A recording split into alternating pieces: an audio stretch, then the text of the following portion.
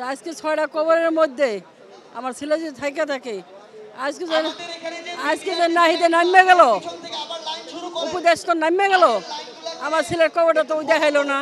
আমি তো ওর ছেলের মতন ভাবছিলাম। আজকে আমি নাহিদের কাছে কিছু কথা জানতেছি, আমি ওর কাছে কিছু কথা জিজ্ঞাসা করবো। আমি আর কিছু চাই না, আমার কিছু ওর কাছে না, আমার এরই দাবি। হ্যাঁ, আমি এরই দাবি যে নাহিদ তোমার আমি ছেলের মতন ভাবছি, তুমি আমার খবরটা দিলা না। তুমি কবরস্থানে গেছি, তুমি গাড়ির ভিতরে আসলে গাড়ির থেকে নামলা না,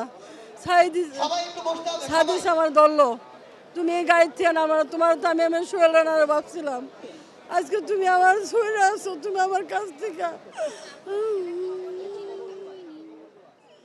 আমি খবরটাও পাইনি খুঁজে, এত মানুষের পায়ে ধরতেছি, আমার কবরের দিয়ে তো রক্ত দিয়ে আমার ছেলে রক্ত দিত।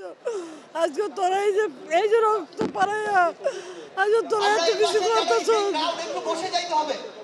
এই তারিখ খাওয়ান আমরা কি করবো?